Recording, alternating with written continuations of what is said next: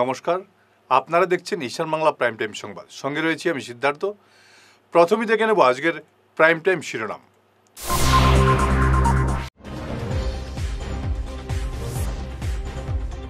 সড়ক অবরোধ সহ জরুরিকালীন পরিষেবা বন্ধ রাখার হুঁশিয়ারি দিয়ে আন্দোলন শেষ করলেন ঠিকাভিত্তিক স্বাস্থ্যকর্মীরা।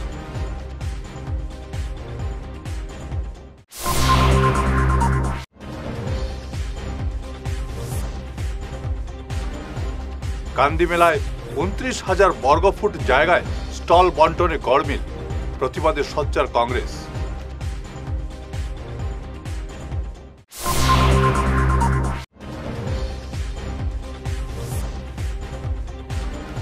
দুই কলেজ ছাত্রীকে উত্ত্যক্ত করার অভিযোগে যুবককে উত্তম মধ্যম দিয়ে পুলিশের সমঝে দিলেন জনগণ।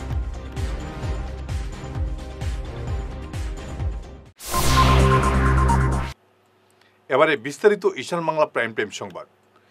আগামীতে সড়ক অবরোধ সহ জরুরিকালীন পরিষেবা বন্ধ রাখার হুঁশিয়ারি দিয়ে 3 দিনের কর্মবিরতি আন্দোলন শেষ করলেন ঠিকাভিত্তিক স্বাস্থ্যকর্মীরা। 3 দিনের কর্মবিরতি শেষ হলো বৃহস্পতিবার। দাবি পূরণ না হলে আগামীতে আরও বৃহৎ আন্দোলনের হুঁশিয়ারি দিয়েছেন অস্থায়ী স্বাস্থ্যকর্মীরা। আন্দোলনের শেষ দিনে শিলচর মেডিকেল কলেজ হাসপাতাল চত্বর কাঁপিয়ে তুলেন আন্দোলনকারীরা। আজকে আমাদের 3 দিন হয়েছে প্যান্ডাউন কর্মঘট পালন করতেছি। দাবি হলো সেম ওয়ার্ক সেম পে, আমাদেরকে রেগুলারাইজেশন করার জন্য, আর আমাদের কাজে যে সমমর্যাদা যেটা ওইটা পাওয়ার জন্য। কিন্তু আজকে দুঃখের বিষয়, আমাদের 3 দিন হয়ে গেছে আমরা এখানে প্যান্ডাউন করছি, কিন্তু সরকারের তরফ থেকে বা আমাদের কোনো অথরিটি বা ডিসি মহোদয় বা শিলচর মেডিকেল কলেজের সুপারিনটেন্ডেন্ট, প্রিন্সিপাল কেউ আমাদের খবর নিতে আসেনি। 2006 সাল থেকে আমরা শিলচর মেডিকেল কলেজে কাজ করতেছি। করোনার সময়ও আমরা নিজের জীবনের ঝুঁকি নিয়ে আমরা কাজ করেছি, কিন্তু কেউ আজকে অবধি এখন অবধি কেউ আমাদের খবর নিতে আসেনি। প্রশাসনের তরফ থেকেও কেউ আসেনি।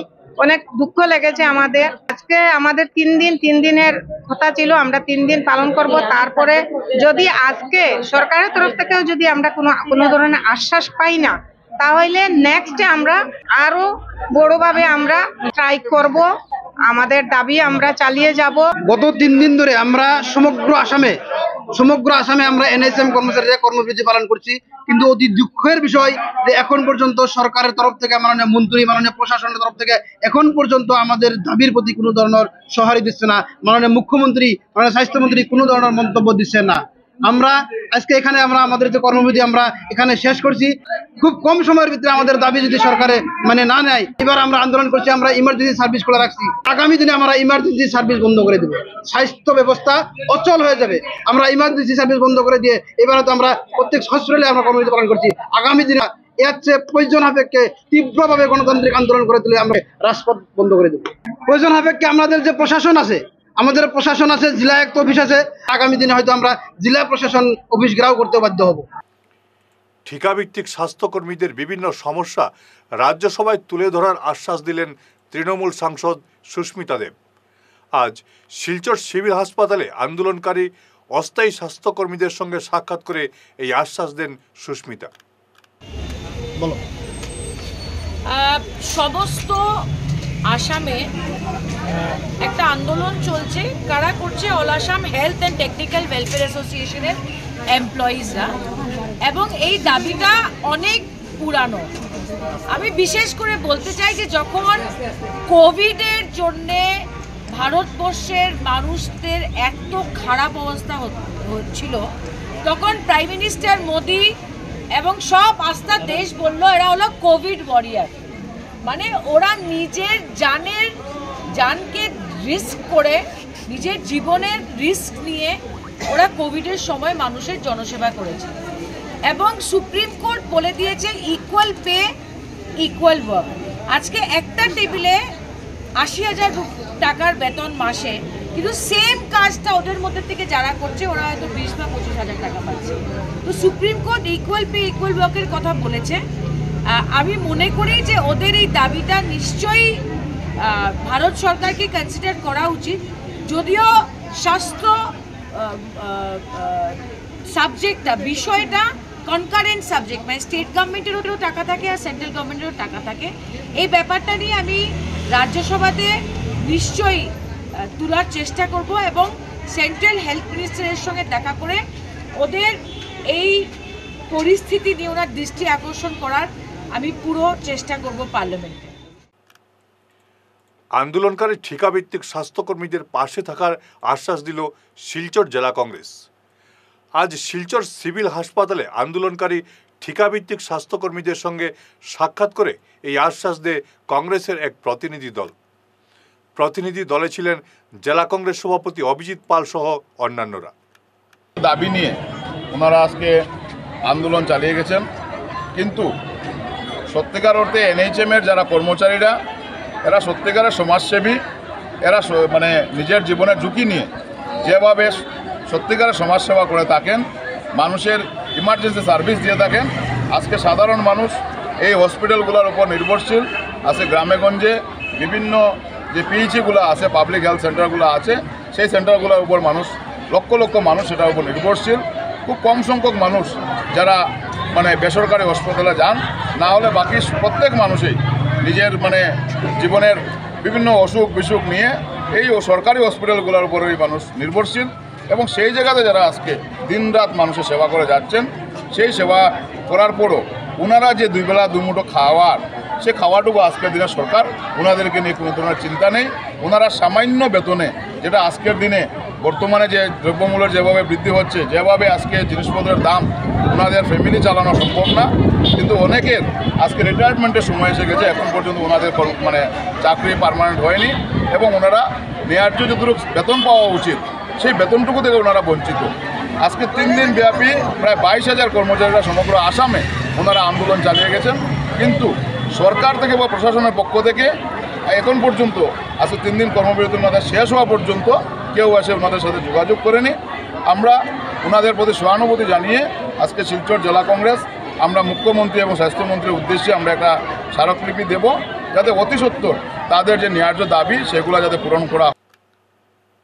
ফিরে আসছি ছোট্ট বিরতির পর, সঙ্গে থাকুন।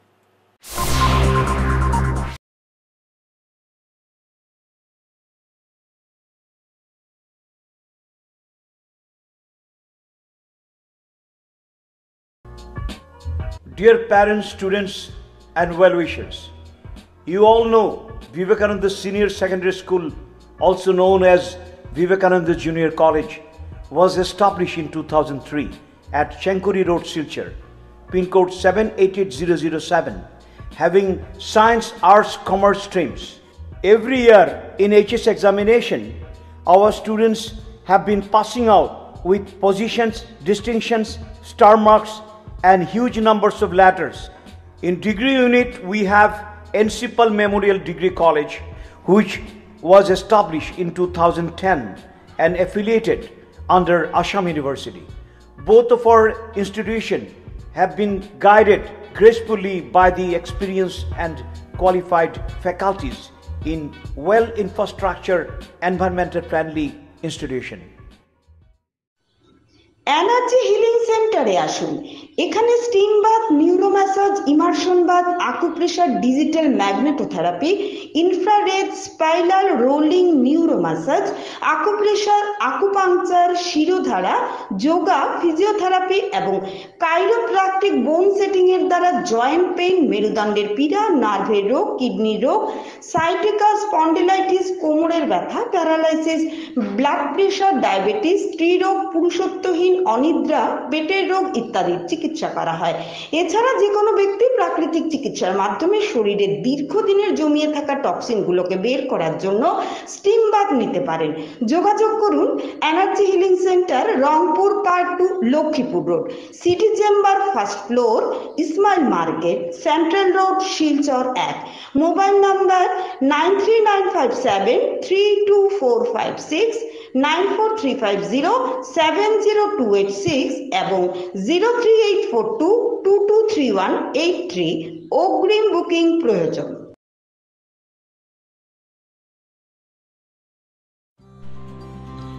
সোনার সংসার জুয়েলার্স, সোনা মানেই সোনার সংসার। আমাদের এখানে রয়েছে চূড়, বালা, ব্যাঙ্গল, মান্তাসা, চেইন, রিং, চুড়ি। 50,000 টাকার সোনার গহনা কেনাকাটা করলে রয়েছে একটি নিশ্চিত উপহার। 5 লক্ষ টাকার ওপরে কেনাকাটা করলে একটি ডায়মন্ড রিং উপহার হিসেবে পাওয়া যাবে উইথ 50% মেকিং অফ, অর্থাৎ মজুরি 50% ছাড় রয়েছে। ইএমআই সিস্টেমে সোনা পাওয়া যাবে। মাসিক কিস্তিতে সোনা কিনতে পাওয়া যাবে। 12 মাসের কিস্তি জমা দিলে 13 মাসের কিস্তি সম্পূর্ণ বিনামূল্যে। পুরনো সোনার বদলে নতুন সোনার গহনা পাওয়া যাবে। এছাড়াও আমাদের মধ্যে রয়েছে ডায়মন্ড রিং, গলার হার, মঙ্গলসূত্র। ন্যূনতম 50,000 টাকার বিয়ের সেট পাওয়া যায়। সব ধরনের আধুনিক গহনা পাওয়া যায়। তাই আর দেরি না করে চলে আসুন আমাদের সোনা সংসার জুয়েলার্স শোরুমে। আমাদের ঠিকানা NN দত্ত রোড, শিলচর 1। যোগাযোগের জন্য ল্যান্ডলাইন নাম্বার 038422600081, আমাদের মোবাইল নম্বর 9395163088 অথবা 9395178117। বিরতির পর আবারও আপনাদের স্বাগত জানাচ্ছি ঈশান বাংলা প্রাইম টাইম সংবাদে। গান্ধী মেলায় স্টল বন্টনে অনিয়মের অভিযোগ তুলে আজ মেলা প্রাঙ্গণে গিয়ে প্রতিবাদ জানিয়ে এলো শিলচর জেলা কংগ্রেসের এক প্রতিনিধি দল। জেলা কংগ্রেস সভাপতি অভিজিৎ পাল বলেন, গান্ধী মেলায় প্রচুর দুর্নীতি চলছে। পুরসভায় কিছু কর্মী সিন্ডিকেট তৈরি করে একই ব্যক্তিকে বারবার বরাত দিচ্ছে। এ নিয়ে কোনো সদুত্তর দেওয়া হয়নি। আজ মেলায় গিয়ে মাপযোগ করে সব তথ্য বেরিয়ে আসে। বলা হয়েছিল স্টল দেওয়া হয়েছে 20,000 বর্গফুট, কিন্তু ম্যাপে দেখা গেল 49,000 বর্গফুট জায়গায় স্টল হয়েছে, অর্থাৎ 29,000 বর্গফুট কম দেখানো হয়েছে। 26 টাকা প্রতি বর্গফুট হিসাব করে এই 29,000 বর্গফুটের এই টাকা পুরসভার কোষাগারে আসতে হবে। কিছু কর্মীর পকেটে গেলে চলবে না। দুদিন পর আমরা যখন বারবার মিউনিসিপ্যালিটিতে এই ওয়ার্ক অর্ডারের জন্য বারবার যখন আমাদের মানুষ পাঠাই, তখন মিউনিসিপ্যালিটি এক্সিকিউটিভ অফিসার আমাদেরকে ওয়ার্ক অর্ডার দিতে পারেননি, এগ্রিমেন্টের একটা কপি আমাদেরকে দিয়েছেন। সেই এগ্রিমেন্টে উল্লেখ করা আছে 20,000 স্কোয়ার ফুট অ্যাম্বুজমেন্টের জন্য দেওয়া হয়েছে। আমাদের প্রথম থেকে সন্দেহ ছিল যে 20,000 থেকে অনেক বেশি স্কোয়ার ফুট হবে। আমরা ওনাকে বলেছিলাম যে আপনি স্কোয়ার ফুটটা সঠিকভাবে আপনি পাটোয়ারি লাগিয়ে হোক বা যাকে দিয়ে হোক সঠিকভাবে আপনি এটা মাপযোগ করেন। উনি বলেছেন যে না 20,000 স্কোয়ার ফুটে হবে আনুমানিক, আমরা মাপযোগ করে টাকা নেব। আমরা জিজ্ঞেস করেছিলাম কত তারিখ থেকে শুরু হবে, বলে 20 ফেব্রুয়ারি থেকে স্টার্ট করা হবে। ওনাদের উপর যে ডেইলি হিসাবে যেটা কর দেওয়া হবে, যেটা 20 তারিখ থেকে স্টার্ট হবে। তো আজকে চলছে আপনার এই মার্চ মাসের 6 তারিখ। আজকে আমরা আগেই এক্সিকিউটিভ অফিসারের সাথে যোগাযোগ করেছি। উনাকে আমরা বলেছি যে আপনার কতটুকু স্কোয়ার ফুট দিয়েছেন। উনি আমাদেরকে বলেছেন 20,000, অনুমানিক 20,000 স্কোয়ার ফুট দেওয়া হয়েছে। তাই সরজমিনে সাংবাদিক বন্ধুদেরকে সামনে রেখে আমরা যখন এখানে মাপযোগ করতে আসি, আমরা এক্সিকিউটিভ অফিসারকে বলেছি যে আপনাদের পৌরসভার একজন আমাদেরকে স্টাফ দিন। উনি আমাদেরকে বলুক যারা আপনার দায়িত্বে আছে এখানে। উনি বলেছেন ওনার 4টা স্টাফ আছেন এখানে। আমরা আসার পর স্টাফরা আমাদেরকে বাউতাবাজি দিয়ে বোঝানোর চেষ্টা করেছিল যে 21,000 স্কোয়ার ফুট দেওয়া হয়েছে। যখন ফিতা লাগিয়ে এখানে মাপযোগ দেখি, তখন দেখা যায় অলমোস্ট 49,196 স্কোয়ার ফুট।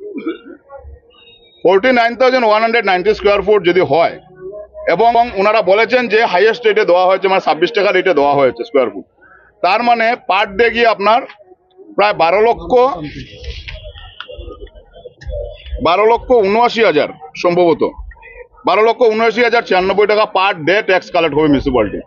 এবং যদি মিনিমাম 30 দিনও যদি গান্ধী মেলা হয়, 20 তারিখ থেকে শুরু করে যে 30 দিনও গান্ধী মেলা হয়, তাহলে 3,83,72,880 টাকা মিউনিসিপ্যালিটির কোষাগারে জমা হবে। চিকিৎসা পরিষেবা বেহাল হয়ে পড়ায় অভিযোগ তুলে কাটিগড়ার গণিগ্রাম হাসপাতাল ঘেরাও করলেন স্থানীয় জনগণ। স্থানীয়রা অভিযোগ করে বলেন, হাসপাতালের চিকিৎসা পরিষেবা বেহাল হয়ে পড়েছে। সময় মতো হাসপাতালে আসেন না ডাক্তার, ফলে হয়রানির শিকার হতে হয় রোগীদের। এছাড়াও অন্যান্য স্বাস্থ্যকর্মীর বিরুদ্ধে কর্তব্যে গাফিলতির অভিযোগ তুলেছেন প্রতিবাদকারীরা। বিস্তারিত দেখুন আমাদের প্রতিনিধির রিপোর্টে। डॉक्टर्स नहीं है, 9:30 बजे यहाँ का इंटर्न डॉक्टर आते हैं हॉस्पिटल पे। हम लोगों ने पूछा मैम आपका हॉस्पिटल आने का टाइम क्या है? बोले मैं इंटर्न हूँ, तो मुझे डॉक्टर ने बोला है कि आप 9:30 बजे आइए। हम लोग रुके रहे, फिर 11 बजे डॉक्टर आए यहाँ पर। डॉक्टर ने हम लोगों ने पूछा मैम आपका ऑफिस आने का हॉस्पिटल में आने का टाइम ये है क्या? हम लोगों से कोई बात नहीं, सीधा अंदर गए। हम लोगों ने फिर जाके पूछा उनको मैम आप ड्यूटी आवर कितने बजे से कितने बजे तक है? कोई जवाब नहीं दिया हम लोगों को, नॉट ए सिंगल वर्ड, कोई जवाब नहीं दिया। और यहाँ पर मतलब लैब है, हॉस्पिटल में सारे ये क्वार्टर्स है, डॉक्टर यहाँ पर रहते नहीं है, मतलब वही लिखो क्वार्टर्स है, डॉक्टर यहाँ पर रहते नहीं है। 2 क्वार्टर इशू हुआ है। हॉस्पिटल का एम्बुलेंस भी है, उसको अबंडन डिक्लेयर कर दिया है, डैमेज डिक्लेयर कर दिया है, लेकिन ये डैमेज नहीं है। बैटरी ड्राइवर जो ड्राइवर ये एम्बुलेंस चलाता था उसको आप पूछ लीजिए, ये डॉक्टर ने इसको एम्बुलेंस को डैमेज डिक्लेयर कर दिया जॉइंट डायरेक्टर पे, but this is not damage. इसमें खाली एक बैटरी नहीं है, 20,000 किलोमीटर। अगर बैटरी नहीं था, गवर्नमेंट अगर बैटरी नहीं दे सकता था, हमारे लिए ये लाइफलाइन है, ये जो एम्बुलेंस है लाइफलाइन है हमारे लिए, हमारे एरिया के लिए लाइफलाइन है। अगर गवर्नमेंट एम्बुलेंस मतलब बैटरी नहीं लगा सकता, डॉक्टर यहाँ के लोगों को पूछ सकते थे, कमेटी है, कमेटी को बोल सकते थे कि इसमें एक बैटरी लगा दो, ये चलेगा। हम लोग अफोर्ड करते इसको, हम लोग लगाते, लेकिन सीधा उसको डैमेज डिक्लेयर कर दिया। 2 কলেজ ছাত্রীকে উত্ত্যক্ত করার অভিযোগে জিয়াবুর রহমান নামের এক যুবককে উত্তম মধ্যম দিয়ে পুলিশের সঙ্গে দিলেন স্থানীয় জনগণ। ঘটনাটি সংঘটিত হয়েছে কাটিগড়ার লাঠিমারায়। 2 কলেজ ছাত্রী বাড়ি ফেরার পথে জিয়াবুর রহমান সহ অন্য 2 যুবক তাদের উত্ত্যক্ত করে। স্থানীয় 2 ব্যক্তি ঘটনার প্রতিবাদ করলে অভিযুক্ত যুবকরা তাদের উপর চড়াও হয়। পরে স্থানীয় অন্যান্য লোক এগিয়ে এলে অভিযুক্ত যুবকরা পালাতে চেষ্টা করে। তখনই স্থানীয় জনগণ জিয়াবুরকে আটক করে পুলিশের সঙ্গে দেন। ব্যাপার হয়েছে, আমি বদরপুর যাওয়ার পথে আমার দাদা মানে সাগর ডোগানি মানে গুঁড়ো বিস্তার আগে কথা শাক সবজি লইয়া গুঁড়ো যাওয়ার একটা ছেলে আর তাই নিয়ে মানে হঠাৎ দেখলাম মানে একটা কাটাকাটি মানে চলে। তখন আমি গিয়া বললাম কি হয়েছে, পরে একজন মুরব্বী মানুষ, তুমি এখানে তার শাকও ধরছো। ওই ছেলেটারে জিজ্ঞাসা করলাম, তখন জিজ্ঞাসা করতেই একটা লাঠি একটা বাঁশ তার গাঁঠার সামনে আসলো, তখন বাঁশটা উঠেও মানে ফুলেও মারছে, টানে টানে। এরপরে আমি বললাম আল্লাহ আল্লাহ কইতে কইতে আমার একটা ডান্ডা দিয়া ফেলাইও হে দৌড় মারলো। এই তো আনা আমরা দিলাই এখন নেতারে আনা তানাতনি আমরা দিলাই। আরে নয় একটা মাত নাই, তুমি আইছো তোমার ভাই নিতাই নিলা না, ওখান কও না তানাত দিতাম, ওখান কও থানাত যাইতো তুই নেলগু তো নোটিফিকেশন ফোন করিও না আন্দুন মাতিও না তোমলো মুরব্বি তো ফোন করা ভিডিও করে রই যার তো মাত না তো এখন ভাই ভিডিও লই যা বুঝছো না নজলু ভাই, ঠিক আছে তো বিকালে তারে লইয়া আইও, জেলা সুন্দর হলা শেষ করি নিও খান। ডি.লিট ডিগ্রি লাভ করলেন আসাম বিশ্ববিদ্যালয়ের গণজ্ঞাপন বিভাগের অধ্যাপক পার্থ সরকার। উত্তর পূর্বে গণজ্ঞাপন বিভাগে পার্থ সরকার প্রথম ডক্টর অব লেকচারার ডিগ্রি উত্তীর্ণ হলেন। সারা দেশে তা ষষ্ঠ।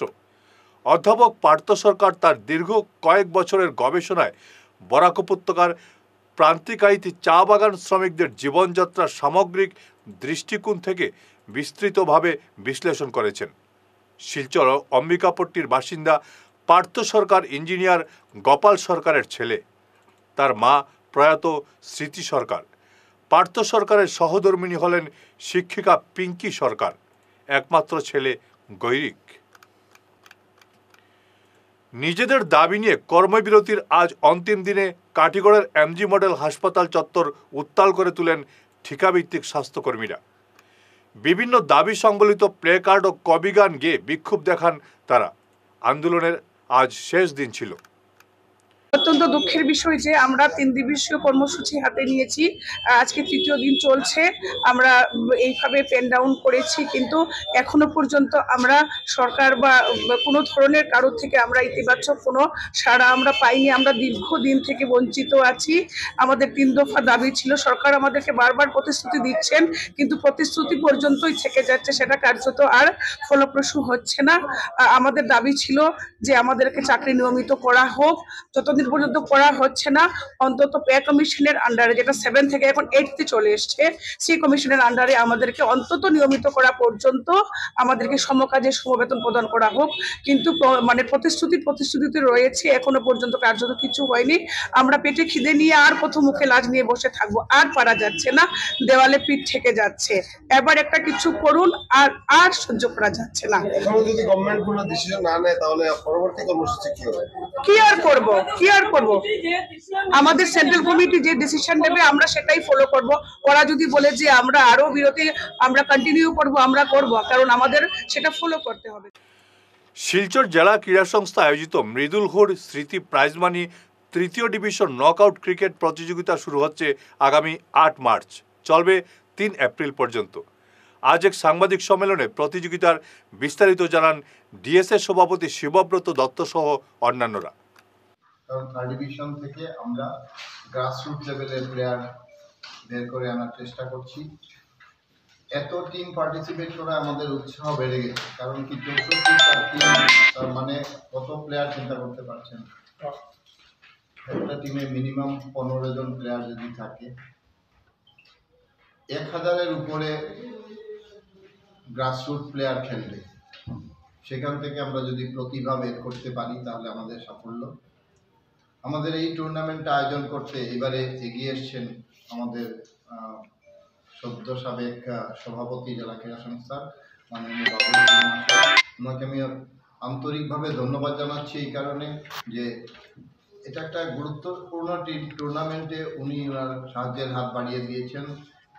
বিগত এত বছর থেকে জেলা ক্রীড়া সংস্থায় উনি নিজে সার্ভিস দিয়েছেন এবং এইভাবে স্পন্সর করতে যেভাবে এগিয়ে আসছেন সেটা সত্যি অভূতপূর্ব। কারণ কি অনেকেই খেলার সঙ্গে জড়িত থাকেন, কিন্তু এইভাবে নিজে গায়ে গতরে খেটে তারপরে আবার পয়সা টয়সা দিয়ে সবকিছু দিয়ে সাহায্য করার মানুষ কিন্তু খুব কম। এই কারণে শেষ করার আগে ঈশান বাংলা প্রাইম টাইম শিরোনাম আরও একবার।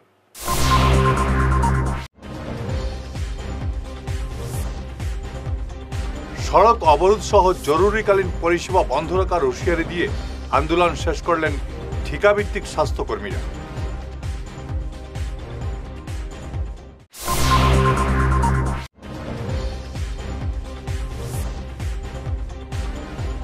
কান্দি মেলায় 29,000 বর্গফুট জায়গায় স্টল বন্টনে গড়মিল, প্রতিবাদে সোচ্চার কংগ্রেস।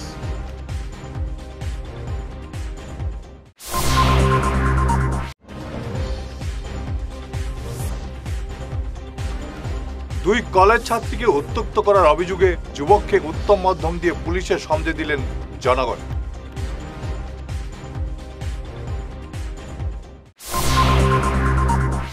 আজকের মতো ঈশান বাংলা প্রাইম টাইম সংবাদ এ পর্যন্তই। নমস্কার।